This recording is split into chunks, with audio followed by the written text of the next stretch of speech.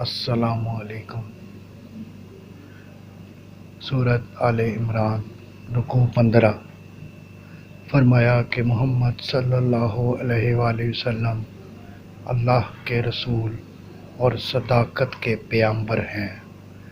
جس طرح ان سے پہلے بہت سے رسول پیغام حق لے کر چلے گئے، اسی طرح انہوں نے بھی ایک دن انتقال فرمانا ہے۔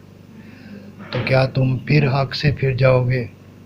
یاد رکھو، موت کا وقت مقرر ہے اور وقت سے پہلے موت نہیں آتی۔ پہلے بھی اللہ کے نیک بندوں نے انبیاء کی رفاقت میں اللہ کے دشمنوں سے جہاد کیا، مصائب و آلام پر ثابت قدم رہے اور اپنے رب سے استغفار کرتے رہے، ہم سے ثابت قدم رہنے اور مدد کی استدعا کرتے رہے۔ پروردگار نے انہیں دنیا اور آخرت میں بہترین صلہ عطا کیا اور وہ آخرت میں دائمی نعمتوں کے وارث بن گئے۔ رکوع 16۔ مسلمانوں کو فرمایا کہ منکرین حق کی باتوں کو نہ مانیں، اس میں سخت نقصان ہے۔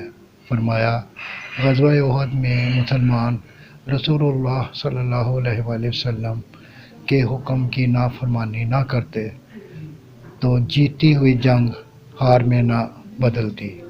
بہرحال یہ بھی مسلمانوں کا ایک امتحان تھا اور ان کا قصور معاف کر دیا۔ رکوع 17۔ مسلمانوں کو منافقت اختیار کرنے سے منع کیا، جہاد سے پہلو تہی کہ موت سے بچ جاؤ گے۔ فرمایا، موت و حیات تو اللہ کے قبضہ اختیار میں ہے اور اس کے لیے وقت ازل سے مقرر ہے۔ اللہ کی راہ میں جان دینا بہت بڑی رحمت ہے۔ شہید کو حیات جاودانی نصیب ہوتی ہے اور اللہ کا قرب ملتا ہے۔ صدق اللہ العظیم۔